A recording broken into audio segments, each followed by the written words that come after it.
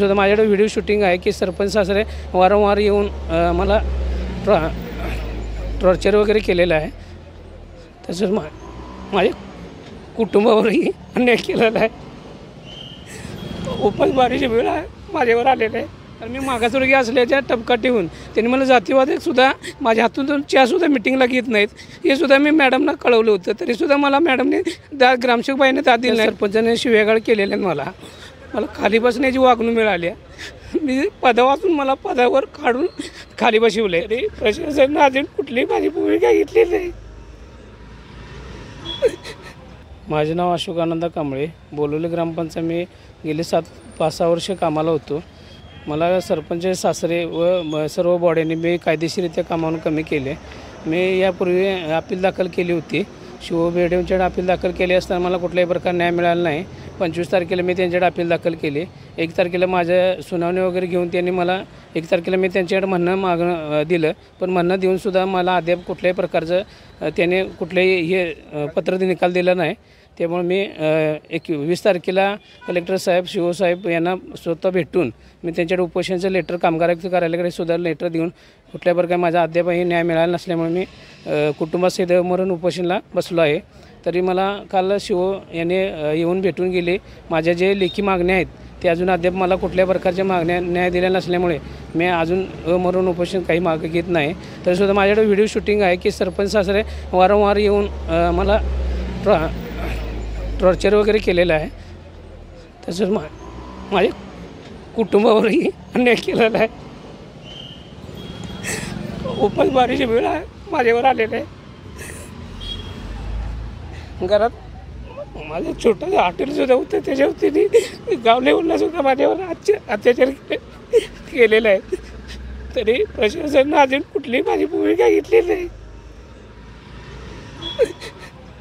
तरी मला या गोष्टीनं न्याय मिळावा व लवकरात लवकर माझ्या पूर्वोदय कामावर हजर करून सरपंचांचे सासरे मनमानी कारभार करतात व त्यांना व तसेच त्यांच्या बेकायदेशीर मागाला कामावरून कमी काढून टाकले त्यांच्यावर निलंबनाची कारवाई करावी अशी माझी विनंती आहे. याबाबत माझं नाव माधुरी अशोक कांबळे आहे. आम्ही लगेच सरपंच त्यांनी तक्रार केल्याबरोबर आम्ही बेडवला वारंवार ग्रामसेवक मॅडमला सूचना केली होते माझ्या मिस्टरांनी. तरी पण त्यांनी अद्याप त्यांच्यावर ॲक्शनच घेतली नव्हती. त्यामुळे शेवट त्यांनी सरपंचबाईंनी मनमानी कारभार करून बेकायदेशीररित्या यासनी कामावून कमी केलं. त्याच्यानंतर आम्ही बेडो साहेबांच्याकडे अपील केलं. बेडो साहेबांच्याकडे अपील केल्यानंतर 3 महिने त्यांनी 3 महिने त्यांनी काही दखलच घेतली नव्हती. 3 महिन्यानंतर मग सुनावणीचं लेटर काढलं. सुनावणी 2 झाल्यानंतर त्याचा पण निकाल देण्यासाठी 4 महिने घालवले. 4 महिन्यानंतर मग आम्हाला शेवटीला अमरण उपोषणाची वेळ त्यांनी प्रोत्साहन दिलं आम्हाला अमरण उपोषण करण्यासाठी. त्याच्यामुळं आम्ही न्याय जोपर्यंत मिळत नाही आम्हाला तोपर्यंत आम्ही अमरण उपोषण सोडणार नाही. सरपंचानं जे व्हिडिओ शूटिंग मॅड आहेत त्या सरपंचाने शिव्यागाळ केलेल्या मला खाली बसण्याची वागणूक मिळाली. मी पदापासून मला पदावर काढून खाली बसवले. याची मी ग्रामसेवकांना सूचना दिली तरीसुद्धा ग्रामसेवकांनी कुठल्याही प्रकारे मला दाद दिली नाही.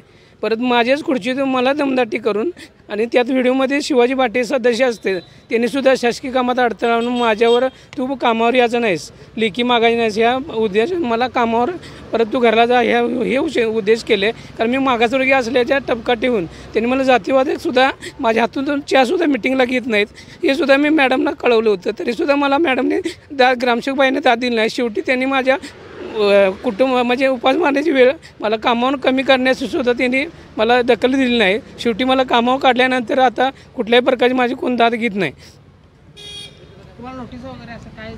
नोटिसा वगैरे दिल्यात. मी त्याचं खुलासाही दिले. त्यांनी खुलासेसुद्धा नामंजूर केल्यात.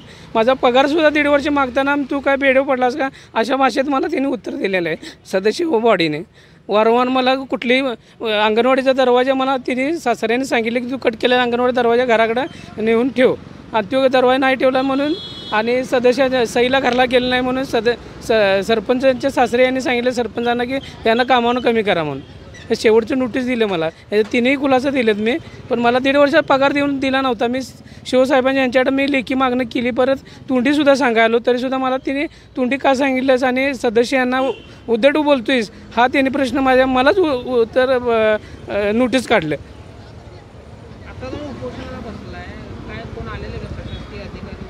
रात्री येऊन गेलेत, BDO वगैरे येऊन गेलेत. त्यांनी सांगितलं की तुमची मागणी आहे, ही मागणी आम्ही सुनावणी परत लावतो, परत तुम्हाला सुनावणी घेऊन मग परत तुमचा निकाल देतो. मग मला सांगा आता 7 महिने मी निकाल द्यायला एवढा वेळ लावला, 7 महिने याने, मग परत आणि माझी सुनावणी घेऊन परत माझे कुटुंब उदरनिर्वाह करायचं कसा, मी कुणाकडे दाद मागायची. मग मी सांगितले माझ्या 3 मागण्या मला लेखी मागण्या द्या की त्यांच्यावर मला पुरवठा कामं हजर करून घेणे आणि माझ्या जे काय बेकायदेशीरित्या सरपंच आणि बॉडींचे काढले आणि सरपंच सासऱ्यांचे मला येऊन कामात सरकारी कामात अडथळा आणला आहे, यांच्यावर फौजदारी गुन्हा दाखल व्हावा.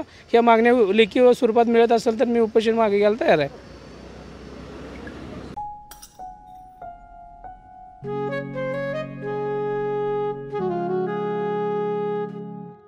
बाबा आज येताना बासुंदी घेऊन या ना. अगं कालच आपण आईचा वाढदिवस होता म्हणून आणली होती ना. ऐकलं, गोकुळची बासुंदी पुन्हा खावीशी वाटतेय. खरं सांगू, मलाही खावीशी वाटतेय. पुन्हा पुन्हा खावीशी वाटणारी गोकुळ बासुंदी.